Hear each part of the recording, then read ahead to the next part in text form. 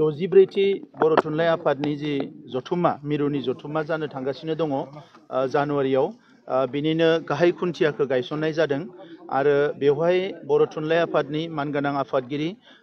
doctor सुरत नार्जारी सार लोगोसे बानजाय आफादनि आफादगिरि आसाम एसेम्ब्लिनि स्पिकार बिश्वजित दैमारी बिथाङाबो बाहागो लादों आरो गोबां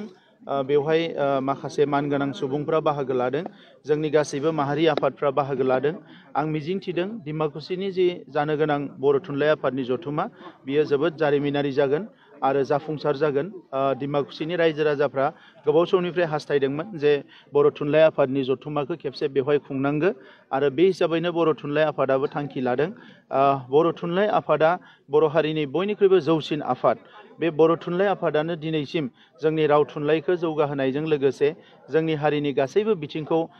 नांगौ समाव बिबान लानानै दैदेनबोदों दा नंखायनो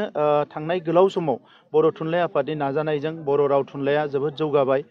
बियो मुलुगनां थाखोआव फैनो हाबाय रिसार्च जाबाय 8 शेड्यूलआव थिसनजाबाय आं मिजिंथिदों नैबे जथुम्मानि उनाव आरोबाव बर' राव थुनलाइखौ जौगाहोनो थाखाय थुनलाइ आफादा मोजां मोजां थांखि लानो हागोन आरो जोंनि